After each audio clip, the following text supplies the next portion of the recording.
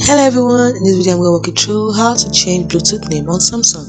It's quite simple. To change your Bluetooth name on Samsung, it's offer for open up connections, press on your Bluetooth, turn it on, give it a few seconds, and then you can see it's written here. Make sure your device you want to connect is in pairing mode. Your phone, KT, is currently visible to nearby devices, which means my Bluetooth name is KT.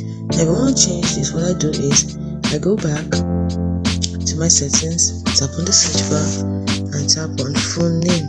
Now your phone name is the same as your Bluetooth name, so tap on edit phone name, and then it was KT before. Now I want to change it to, let's say, Kitty Cat,